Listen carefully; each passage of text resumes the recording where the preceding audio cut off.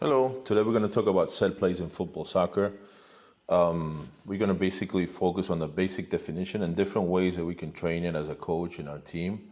Very basic, very simple, and just to give ideas, like we always talk about on my channel, about how to implement training for teams, depending on the level and depending on what you're going to focus on.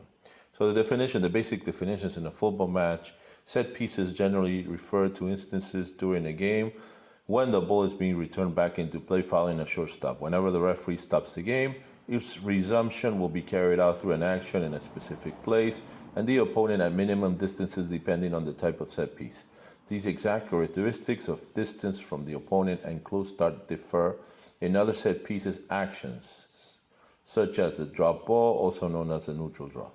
On the other hand, it should be noted that set piece actions have multiple names that we may use, okay? So different types, we're gonna have the kickoff, the throw-ins, the goal kicks, the free kicks or direct or indirect, the corner kicks, and the penalty shots, okay?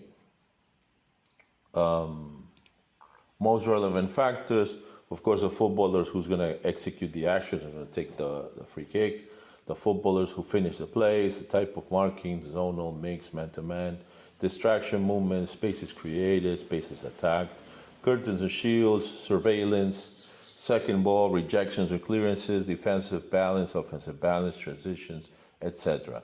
So when we talk about set pieces, normally we call it the fifth phase or the fifth moment in football or soccer, which is of course we have the two moments of offensive and defensive organization, and the other two moments of transitions, offensive and defensive transition.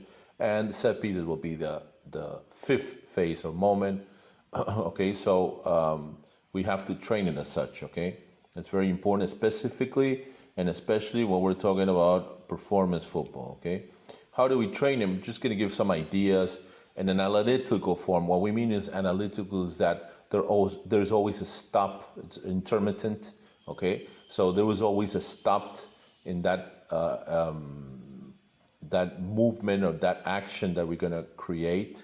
Okay, that is analytical, and normally analytical means that there is a stop, there is no opposition. Okay, so it's very far from real. Okay, these are actions that are not real. They don't have real game context, but we're trying to focus on either sometimes when we're talking about technique, sometimes when we're talking about, like in this case, set plays, okay? So they won't have a position. It's just a normal analytical exercise of corner kick, and you have another group playing football, tennis, or they can be doing a rondo, or they can do an action of finishing or defending a free direct play. You can create whatever you need, whatever you have available, and of course using a physical trainer or an assistant while you're as a head coach are focusing on this, or vice versa. You can be your assistant coach focusing on the set plays, and you will be working with another group, okay? Or in this case, just it can be done by one coach only, which is just setting the context of a football tennis match, and the other one just focusing on the analytical exercise, in this case the free kick, the corner kick. And here we're going to focus basically on the movements, the spaces, the timing, where we're going to attack, what zones are we going to attack, what zones are we going to focus. Okay, so and the precision on the corner kick or on the free kick. Okay, the execution, this can be done for minutes, maybe done several repetitions from each side, and then we change teams, and they're always working. Okay, very basic. In analytical form, more than one group. So now we're going to have, you can create competitions without opposition and with opposition. Okay, the thing is, when you're doing set plays, the defensive team is going to know what they're going to do or where the ball is may go. So it's much easier for the defensive team to act. So you have to take this into account. We can do one ball each, one or two balls each from one side, or three balls and repeat. Okay, but basically to have all the team working, okay, and all the team knowing what they're going to do when they go to play the matches, because the most important thing is that every player has to know what you're going to do, what the team is going to do, and in case a substitution comes in, they're supposed to know, okay, what role they have to cover, okay? Okay, now you may change to another team, doing, 1 repetition each, 2 repetition each, and you have to tell each footballer what role, what player they're going to go, what place are they going to go, what zone they're going to cover, and this and that, okay? Same thing defensively, okay? On a post again, okay? Just by one team, different plays, and different, you may have the same movement, but different actions, okay? So each play may have 2, 3, 4 different finishes, okay? But you may have the same, you can have the same positioning, okay? So the ball may go to one place or may go to another or may go, okay, so if it goes here, so this must be trained during the whole week. You can use one day, you can do 2 sessions in the morphocycle on the week of training, on the microcycle. You can do 3 days, you can do it every day, you can do it, however you prefer, whatever are your needs, whatever your level you're training, okay? This is very important. With a position analytical, okay, so now what we mean is analytical is that there's going to be a free kick, and then once the free kick finishes, we go again, okay, we repeat, okay? It can be the same team or we can change teams, okay? In this case, with working it analytically, of course, you're probably going to have is that the defending team is going to know what the attacking team is going to do. So it's going to be very easy for the defending team to defend these balls, okay? But, of course, if the plays already have been rehearsed and you have several exits to the play, several different actions, then they can choose according to what they see. So now we're adding decision making, okay? But it's still analytical, although in this case now we add opposition. You can add less opposition. You can add maybe 3 players. You can add 2 players. You can add 4 players.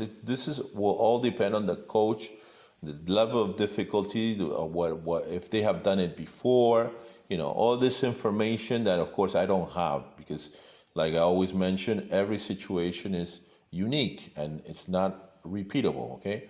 From a set piece to a real game action, okay? So now we're gonna be analytical because we're gonna end the action after the play finishes, right? But we're gonna start with a set piece. It can be a corner kick, it can be a free kick, it can be whatever you want to train, okay? And in this case, okay, the action is going to go to a transition, offensive transition, defensive transition from the other team. We finish the play, whether it's a goal or whether it goes outside or whether it's stolen, and then we repeat again, okay? This is why it's analytical, because we're going to go again. It's always starting from that free kick, okay? We may change teams. We may go to the other team to do offensive corner kick and defensive transition, and the other team doing, of course, defending the corner kick or the free kick and turning into offensive transition. So, of course, you may give information to the player who executes. Okay, send it to the first post, send it to the second post, send it to the penalty shot, penalty spot, whatever you prefer. The information that you're going to give, just giving ideas of to the coaches to how we can do it differently, okay, and adding more complexity and adding more real game context, okay. These are all different ways that we can train it, okay. In small-sided match, so now we're going to do a small-sided match. I remember I used to do this a lot. I still use it a lot. Very small. Maybe 2 days before the match, or even sometimes it can be, if it's really short, it can be before the match, okay, in very small spaces, a real match, 11 versus 11, but every time there is a cut, okay, there's a stop, we start with that free kick, okay, and so one team will be attacking, one team will be defending.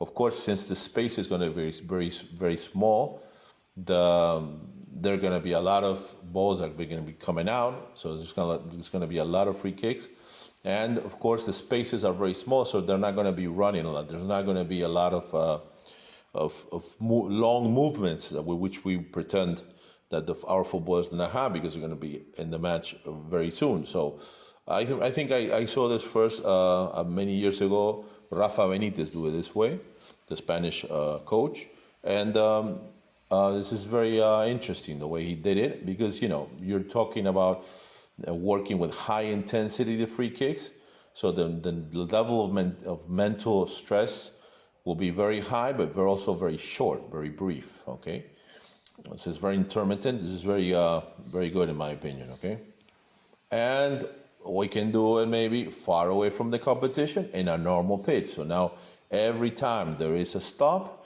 we go to a free kick or a corner kick or a defensive corner kick, or we can go to a free kick, indirect kick, throw-ins, offensive throw-ins, defensive throw-ins, goal kicks. All this information that you want to, you can use this in the day of big spaces and great principles. You can do it on a macro principles. You can do it adding maybe 5 minutes or 6 minutes or this or 8 minutes, and you also take advantage and work on this as well. So it's very important, because especially if you're working in a competition performance football, set pieces are very important. You can begin a match losing by not defending correctly a set piece, or vice versa. You can start winning, and it will open up. We call it abrelatas in Spanish, which is like a can opener. Okay, so it's a very important factor, because it can open up a match, and it can condition totally tactically a match if you start winning 1-0 or if you start losing 1-0. So these are all different ways of you can train set pieces, just giving ideas, okay, of the different coaches that you can do it. As I said before, you can train these every day. You can train these. Remember that if we do it analytically without opposition and such, the level of mental concentration and the intensity and the concentration will not be the same. Okay, so of course, basically analytically, it's basically to show in the beginning the movements or the plays that you want to develop. As we move on and the team knows the plays and the movements that they have, then in my opinion we should move on into more global exercises, like small matches or real matches where there is real opposition and there is more reality, more game context, more similar to the matches. Okay, hope you enjoyed the video. Please, you have my email if you want to contact me, to have any suggestions or questions. Kind regards, and hope to see you soon. Take care. Bye bye.